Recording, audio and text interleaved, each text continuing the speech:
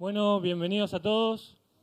Primero que nada, agradecer la invitación a esta Feria del Libro, la oportunidad de poder hablar de cannabis en un ámbito que usualmente no se habla, ¿sí?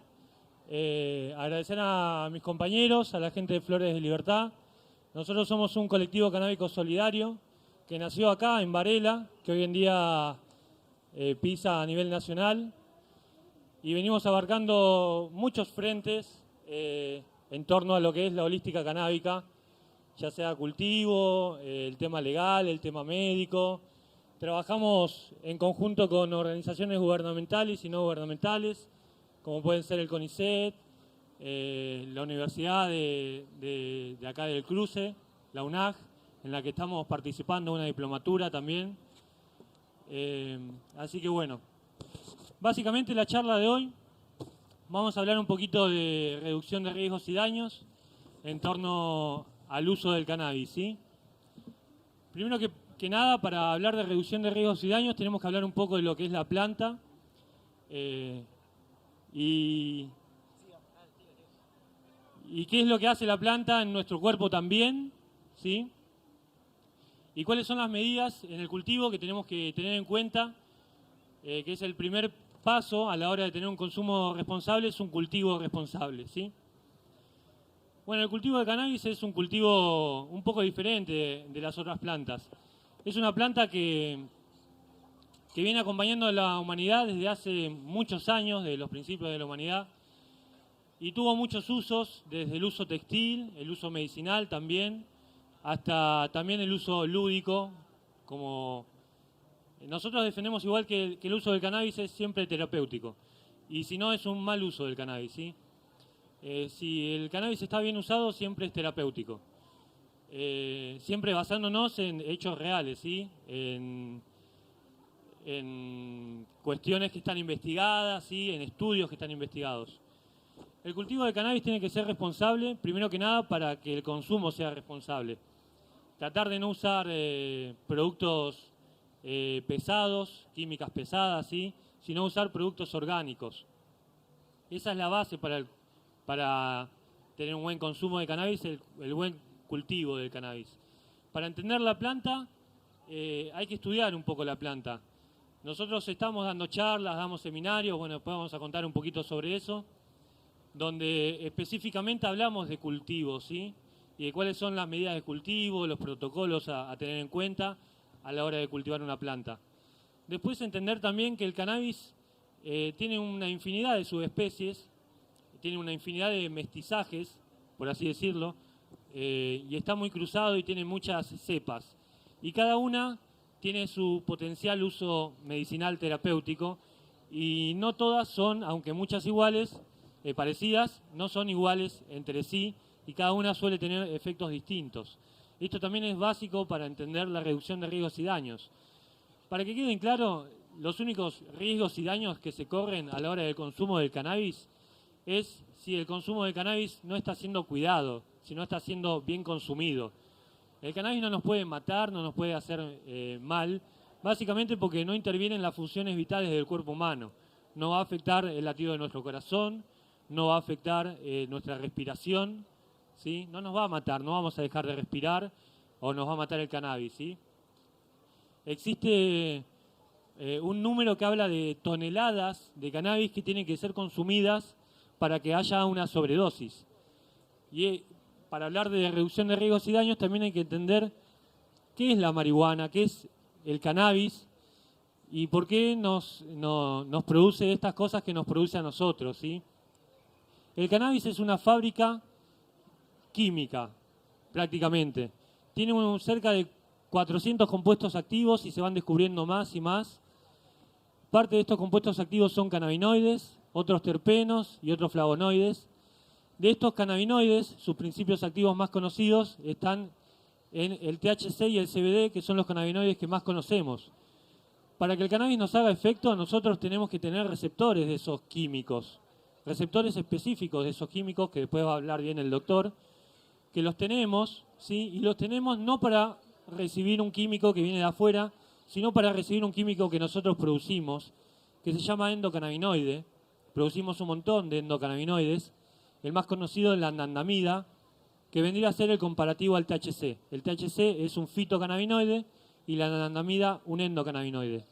Este endocannabinoide funciona como un neurotransmisor no convencional, ¿sí? A diferencia de los neurotransmisores convencionales como la serotonina o la dopamina, que se generan a demanda, estos endocannabinoides se generan a través de otras funciones y a través de otros procesos. Usan la grasa que existe entre la membrana de nuestras neuronas para poder metabolizarlos en cannabinoides. Imagínense lo sano que es esto. Y afecta funciones vitales, y no solo las afecta, sino que ayuda a las funciones vitales de prácticamente todos los sistemas que tenemos en el cuerpo humano. Todos los mamíferos tienen sistema endocannabinoide, incluso las moscas tienen sistema endocannabinoides. Para que se den una idea, hay muchas especies que están diseñadas para recibir cannabis, ¿sí? Y por eso es que el cannabis funciona en nosotros y funciona en animales, ¿sí? Hay que entender algo en base a esto, la química neuronal del sistema endocannabinoide, y es que estos endocannabinoides se producen en momentos específicos, en zonas específicas y en porciones específicas en nuestro cuerpo y estimula receptores específicos en el cuerpo humano. Y a la hora de consumir nosotros cannabis, lo consumimos y estimulamos una infinidad de receptores, ¿sí? De forma por ahí no tan específica, ¿sí? En momentos por ahí no tan específicos y en porciones por ahí no tan específicas. Esto es básico para entender la reducción de riesgos y daños. Si nosotros hacemos un buen uso de cannabis en un momento específico, estimulando de forma específica y con porciones específicas de cannabis, vamos a tener muchos beneficios a la hora del consumo de cannabis. Primero que nada, entender la planta, cómo cultivarla para que nos dé estos fármacos, estos fitofármacos que son tan importantes y que nos los dé en la medida que nosotros los necesitamos, ¿sí? Y segundo, entender el consumo como un consumo responsable y que ese es el paso que tenemos que dar a la hora de comunicar sobre el cannabis. Hay muchos avances que se han dado científicos en torno al cannabis, hay una regulación que el compañero abogado va a estar hablando del tema de la regulación y el tema legal en Argentina. Hay regulaciones en todo el mundo y se está armando justamente por los efectos buenos que tiene este cannabis y por la responsabilidad que se le está dando a la hora de consumirlo y de comunicarlo, ¿sí? En lo institucional, por ejemplo, en las universidades de todo el país que están estudiando y están dando charlas, posgrados en endocannabinología. Acá se está dando en la UNAC una diplomatura en cannabis medicinal, de la que somos parte también. Así que el mundo académico también se está haciendo parte de esto y le está dando por ahí el plano de camisa y corbata que necesitaba el mundo de cannabis para que se lo tome en serio. Así que bueno, voy a presentar ahora la charla que sigue el compañero Tavo, que va a hablar justamente de estos temas. Tavo, tenés micrófono, gracias. Hola, bueno, muy buenas tardes. Bueno, yo soy Gustavo de Paoli, soy abogado, formo parte del área legal de este colectivo canábico que es Flores de Libertad. Y bueno, siguiendo lo que decía Iván, que él específicamente estaba hablando de la planta, que en realidad es lo más importante, porque en definitiva lo que tenemos que hablar es de la propiedad de la planta, de los efectos de la planta, de todo lo que proporciona físicamente, psíquicamente, en definitiva, lo que proporciona para la salud. Pero bueno, como sabemos, hace más de 100 años que vivimos en un mundo prohibicionista, un mundo que ha titulado, digamos, a las sustancias como un enemigo, porque a través de los siglos y de los años siempre las sustancias han sido controladas o fiscalizadas por los estados. Pero, digamos, en el siglo XX tiene la particularidad de creer de que las sustancias es un enemigo y se le impulsa o se crea una guerra contra las drogas para crear un fantasioso mundo sin drogas, sin entender de que el ser humano tiene relación con las sustancias desde la creación hasta la inexistencia de las personas en la Tierra. Pero como venía diciendo, para no para no irme por las ramas, como se impulsó una guerra sobre las drogas, se generaron distintas convenciones internacionales en donde se establecieron un listado de sustancias que deberían ser fiscalizadas. Y como nosotros somos un país que forma parte de esos tratados internacionales, tuvimos que crear normativa al respecto. Entonces, desde hace, digamos, aproximadamente al principio de 1924 fue la primera legislación sobre sustancias psicoactivas en la Argentina, propuesta por Leopoldo Bard, uno de los fundadores de River Plate, diputado radical. Luego, digamos, se generaron distintas convenciones, como la Convención Única de Estupefacientes del año 61, la Convención sobre Sustancias Psicotrópicas del año 71, y luego vendría la primera ley penal, que sería la Ley López Rega, que es la del año 74, donde se empieza a perseguir a los cultivadores, donde se relaciona al cultivador o se lo emparenta con la subversión, y se relaciona a la persona usuaria como una persona que intimidaba a la sociedad y que le hacía mal a la sociedad. Entonces tenemos que entender que estamos bajo ese telón, que vivimos ante una sociedad que vive hace 100 años bajo el prohibicionismo. Luego llegó la actual ley de drogas, que es del año 89, en donde penaliza a los usuarios por la tenencia, por el transporte y por su uso también. En este marco legal es donde nos fuimos nosotros desarrollando, donde fuimos creciendo, bajo un sistema inquisidor de estigmatización, en donde a la persona no solamente se la trata como un delincuente, a la persona usuaria, sino también como un enfermo. Por suerte, los tiempos fueron cambiando. Hoy a nivel mundial, como decía el compañero, hay una avanzada en normativas legales, regulaciones, como sucede en el país vecino, en Uruguay, que desde 2013 tiene regulación para uso adulto, como sucede en Canadá, en Estados Unidos, que fue uno de los impulsores de este siglo XX del prohibicionismo. Y acá en Argentina, la primera avanzada a nivel nacional la tuvimos con la ley medicinal, en el año 2017, en donde se promulgó en marzo de 2017 la ley de uso medicinal, de investigación científica y médica de uso medicinal. Ahora, como ustedes sabrán, esa ley desde 2017 a 2020 fue una ley vacía porque se la reglamentó, pero era totalmente restrictiva, porque tenía una reglamentación en donde las personas para acceder al cannabis tenían que importar el aceite. A la vez también era totalmente restrictiva respecto a las patologías, solamente contemplaba la epilepsia refractaria y también tenían que ser indicado o recetado por un médico neurólogo o especialista en neurología infantil. A partir del año 2020, bajo la resolución 883, se crea otra reglamentación, donde se permite el autocultivo, donde se permite el registro voluntario de pacientes y familiares de pacientes. Como ustedes sabrán, eso dio lugar a lo que hoy llamamos el ReproCan. Yo creo que muchos de los que están acá, hay muchas personas que hoy están interesadas en anotarse en el registro que es el ReproCan, porque es una forma de alguna manera de evadir esta ley penal que todavía sigue vigente. Bueno, para más o menos sintetizar, el ReproCan es un registro de programa de cannabis medicinal. El mismo cuenta de 3 anexos. El primero, se establece los usuarios de cannabis, donde pueden inscribirse como pacientes y a la vez cultivadores. También se puede inscribir el representante si la persona que usa cannabis es menor, donde también puede haber un cultivador solidario, un médico que va a tratar sobre la terapéutica del cannabis, y también está el perfil de las ONG.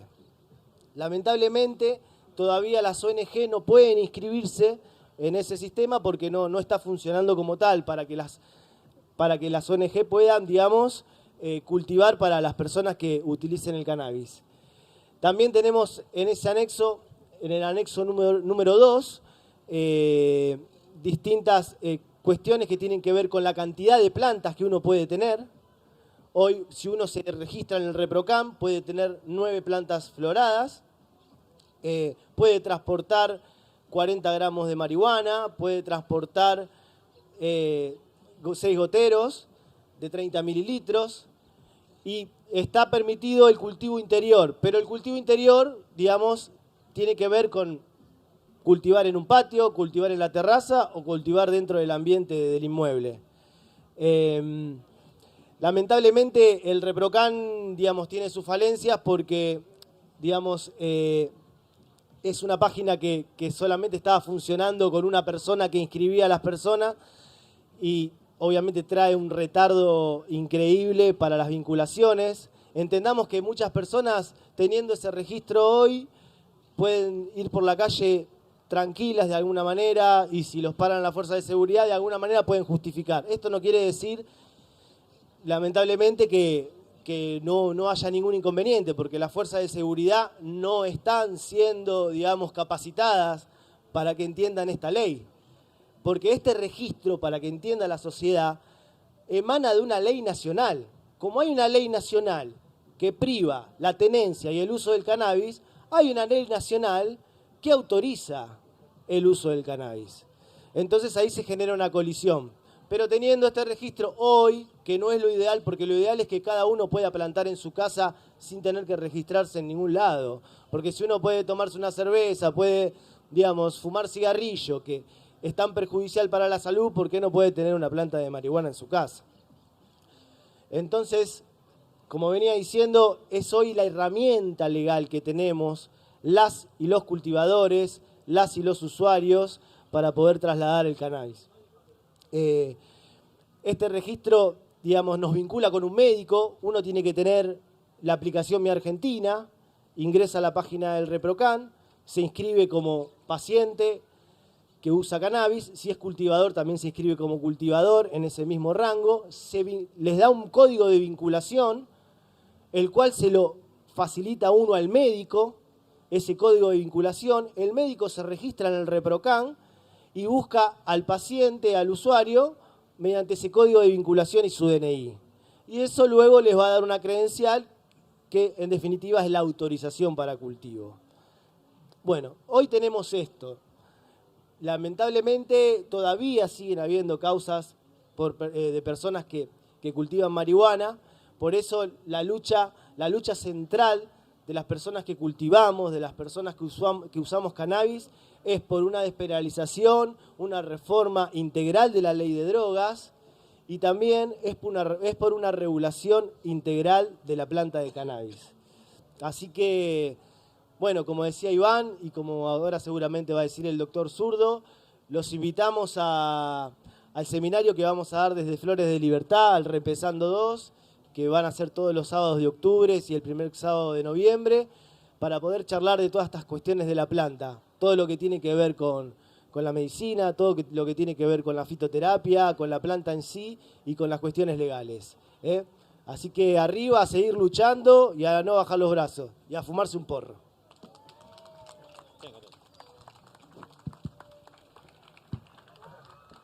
Bueno, buenas tardes, yo soy el doctor Zurdo César, también pertenezco al colectivo canábico Flores de Libertad hace muchos años.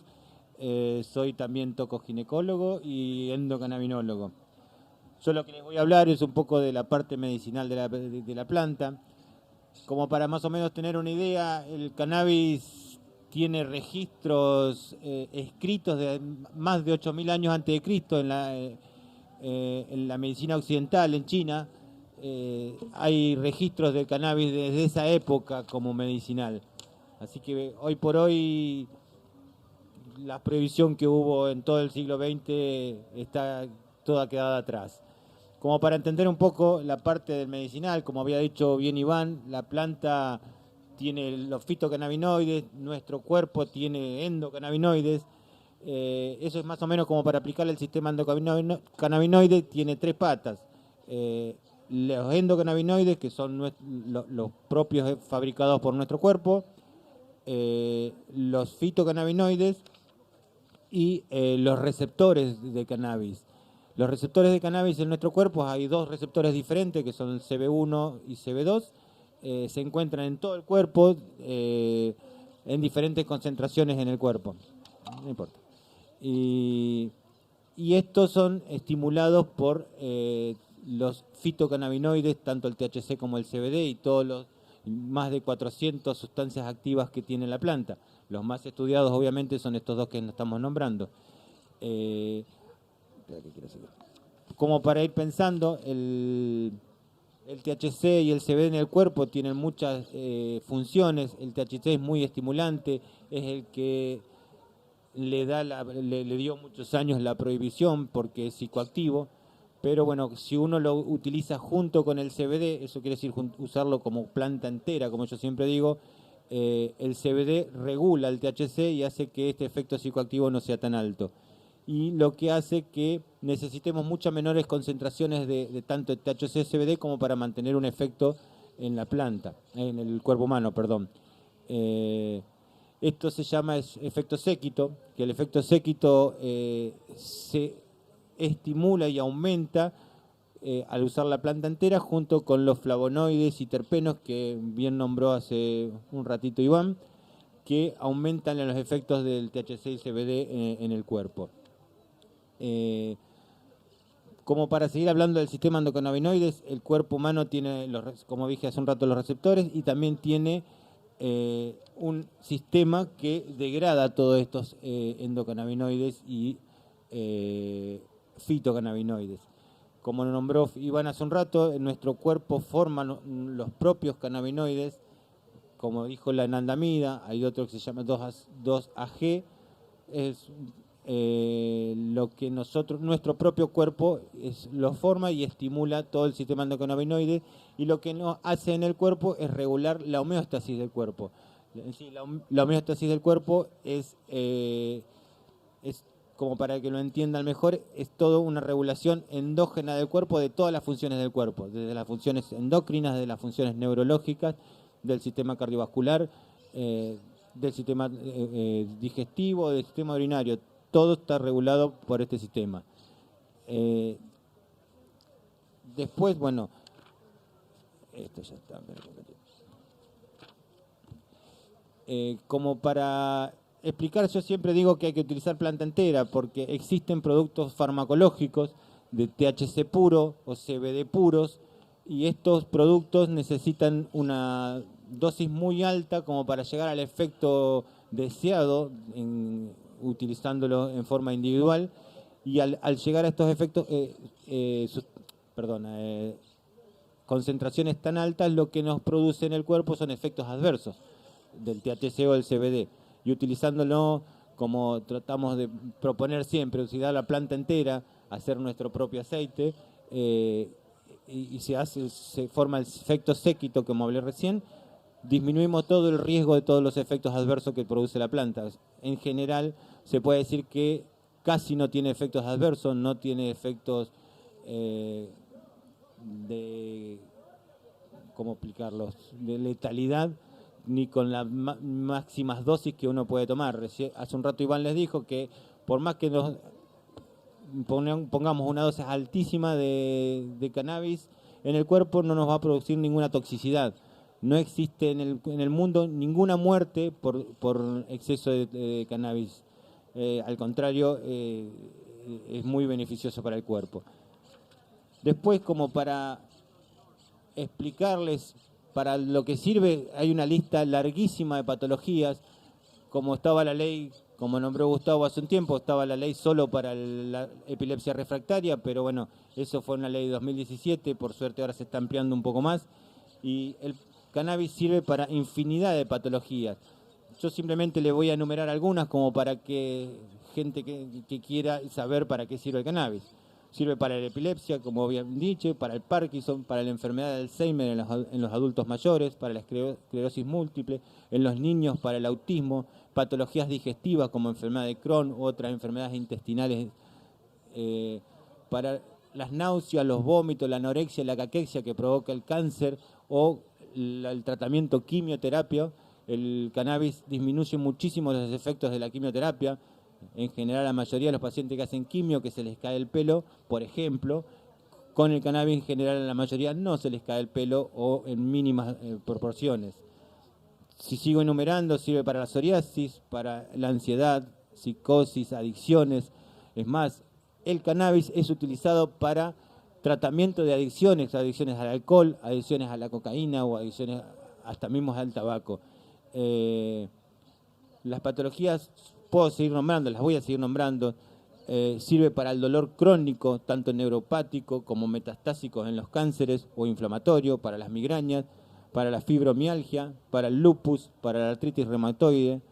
Se trata muy bien la diabetes también con el cannabis,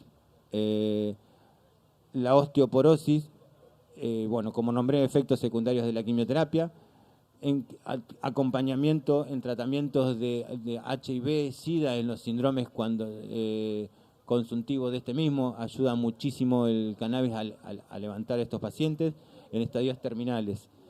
Y para una patología ocular que es glaucoma, simplemente que tiene que ser de ángulo abierto. Hay otro glaucoma que no puede ser tratado con el cannabis. ¿Qué más puedo decir? Bueno, podría hablar horas enteras de cannabis, pero bueno, los voy a invitar a todos los que están y a todos los que conocen para poder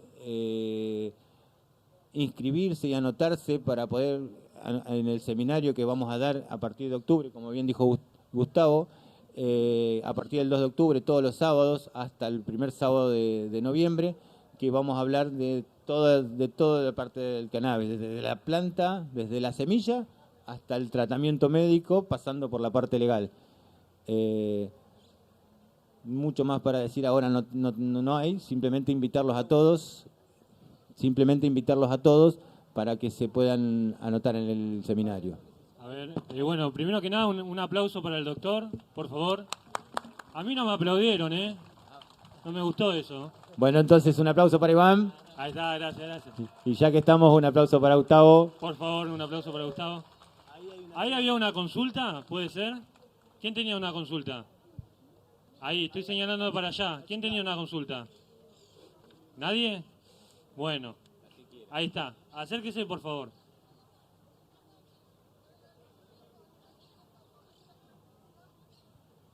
¿La misma función que qué? ¿Con respecto a qué? ¿El aceite? Y si el aceite, claro, el aceite de coco hace la misma función que el aceite de oliva. Sí, ya entendí la pregunta.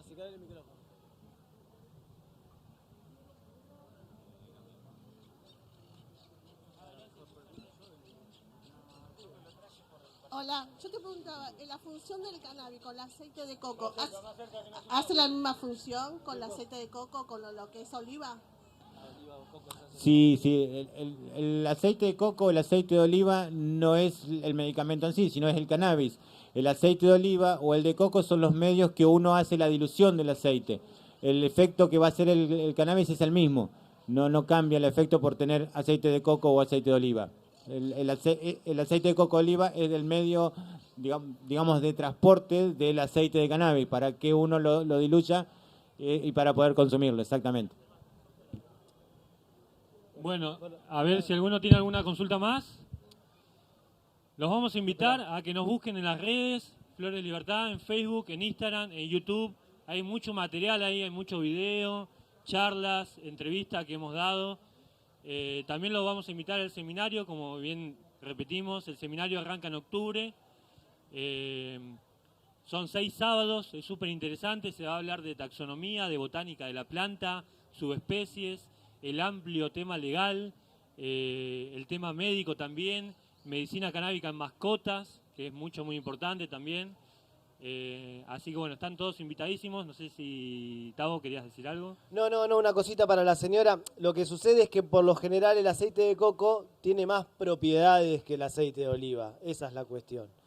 Y que cuando uno prepara aceite, el aceite de coco se solidifica más que el aceite de oliva. Son la diferencia. Y después lo que decía el doctor, que es un medio. También hay que entender que el aceite de coco suele venir más sano, no con tanto agroquímico ni tanto agregado.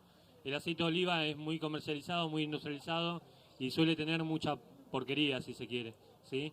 Nosotros recomendamos que el aceite siempre se acceda al aceite desde el autocultivo, porque lamentablemente al no haber una regulación completa, todo el aceite que se vende lamentablemente no suele ser de calidad.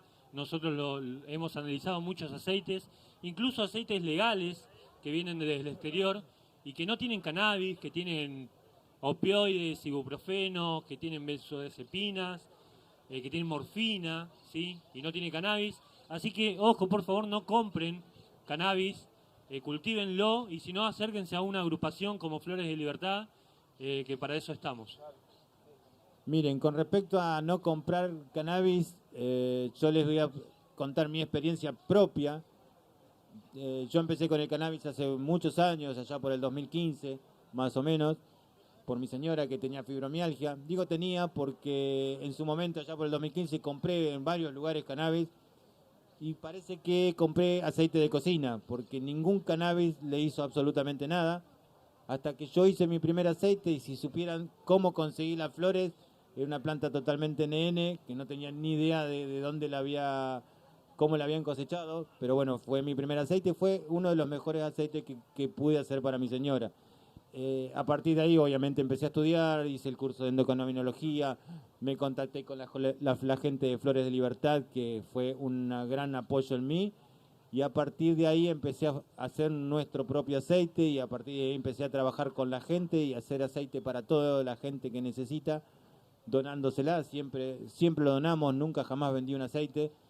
Y hoy, después de varios años, puedo decir que mi señora está curada de la fibromialgia gracias al aceite de cannabis y a muchos otros tratamientos que hicimos.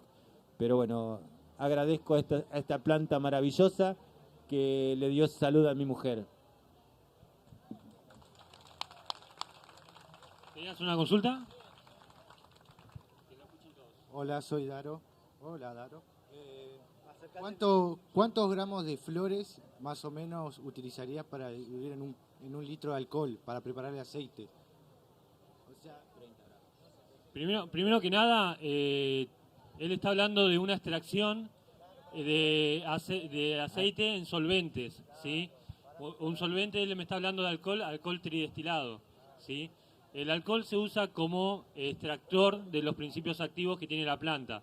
Se sumerge el cogollo en alcohol y ahí se extraen los principios activos. Es una forma de extracción, ¿sí? Primero tenés que tener muchos cuidados con la forma de extracción porque los solventes suelen arrastrar muchas cosas que no se quieren y dejar residuosidad. Por eso es que se usa un alcohol tridestilado, superdestilado, muy puro, ¿sí? Las concentraciones que se usan suelen ser de cada medio litro 30 gramos de marihuana. Esto depende del cannabis que usen, ¿sí? Prácticamente en el preparado vos tenés que contemplar que toda tu materia vegetal tiene que quedar cubierta por el solvente, ¿sí? Básicamente ese es el cálculo.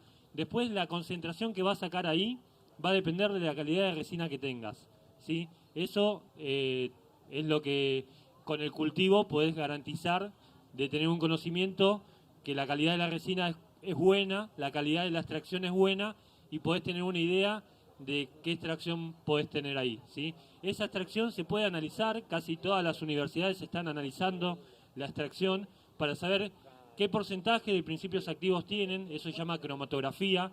Es un tanto caro el estudio, pero si vos tenés una planta grande, la cromatografías y ya cromatografiaste una muestra y ya sabés que todo tiene lo mismo, la misma concentración.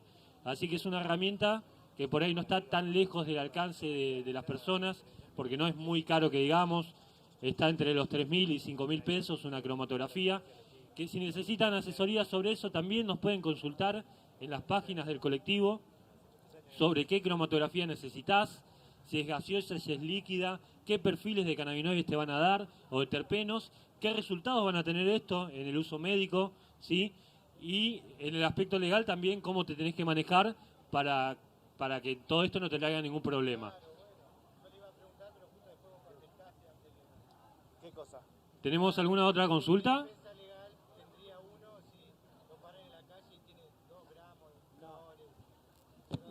Hoy, Claro, cada caso es en particular, ¿viste?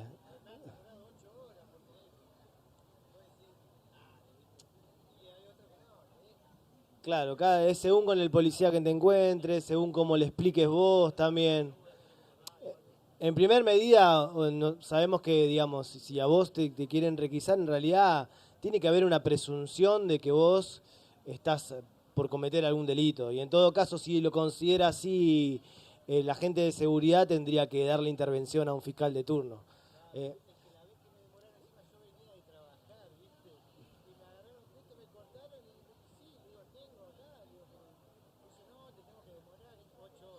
Sí, lamentablemente, como dije antes, al seguir vigente una ley penal desde el año 89, o sea, está el aval para que las fuerzas de seguridad actúen. Después, obviamente, por lo general esas causas se terminan archivando, no terminan en la nada, pero lamentablemente el garrón te lo comes. Y ni que hablar del gasto público que eso genera, ¿no? La guerra contra las drogas, como bien hablaba Tavo, genera un gasto inmenso en movilizar fuerzas de seguridad, en mantener a los que están cautivos, presos. Mucha de la población carcelaria está por drogas, ¿sí? Por la ley de drogas. ¿Tenías una consulta? ¿Cómo le va? Tomás, mi nombre. Le iba a preguntar, ¿el ciudadano puede demandar usos y costumbres o jurisprudencia en el caso de que un policía quiera aprenderlo por su uso, sin estar involucrando a terceros? Mira, yo te recomiendo primero como ciudadano, cuando vos te paras, esto es un consejo que te doy como abogado y lo uso yo para la vida. Si la policía obviamente te puede parar en la calle y pedirte la identificación, en definitiva. Entonces vos le presentás la identificación y ahí el policía tiene que ver si tenés, digamos, algún impedimento para circular. Si vos no tenés ningún impedimento para circular, digamos, siempre está el principio de inocencia. Ahora, en el caso de que vos te sientas vulnerado porque te requisan y porque te demoran, después vos podés, digamos, accionar contra la fuerza de seguridad por abuso de autoridad, claramente. ¿Está bien? Pero cada caso es en particular. Lo que sí, nosotros tenemos herramientas legales como para defendernos del artículo 19 de la Constitución Nacional. Dice, las acciones privadas de los hombres que no ofendan la moral ni las buenas costumbres están exentas de la autoridad de los magistrados. O sea, ¿qué hace ese artículo 19? Le pone un coto, le pone una traba al Estado. Acá le dice al Estado, vos no te podés meter, porque es una acción privada y porque además no está perjudicando a ningún tercero. Y además de ello, para que sepa la gente en general, la ley de drogas, toda ley protege un bien. La ley de drogas, en este caso, el bien jurídico que protege es la salud pública. Qué paradoja. Estamos hablando que la marihuana le hace bien a la salud y tenemos una ley que la penaliza. Son todas peleas que vamos dando, hay jurisprudencia, como vos preguntaste.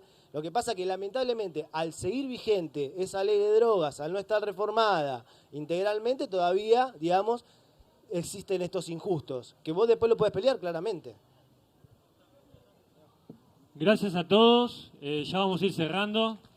Los invitamos a todos, nosotros estamos en el stand número 30, ¿sí? Pueden ir ahí a seguir haciendo sus consultas, los que no se animaron, que veo que hay muchos que no se animaron a hacer la consulta. Así que nada, los esperamos ahí en el stand. Y bueno, muchas gracias. Y si quieren más charlas como estas, no duden en pedírselas al municipio y a nosotros, ¿sí? Nos escriben a las redes o llaman al teléfono de los call centers del municipio. Acá dejo la demanda de que nosotros en Varela queremos seguir hablando de cannabis y queremos seguir aprendiendo de cannabis. Por el acompañamiento está, ¿sí? Muchas gracias. Muchísimas gracias por la charla que nos...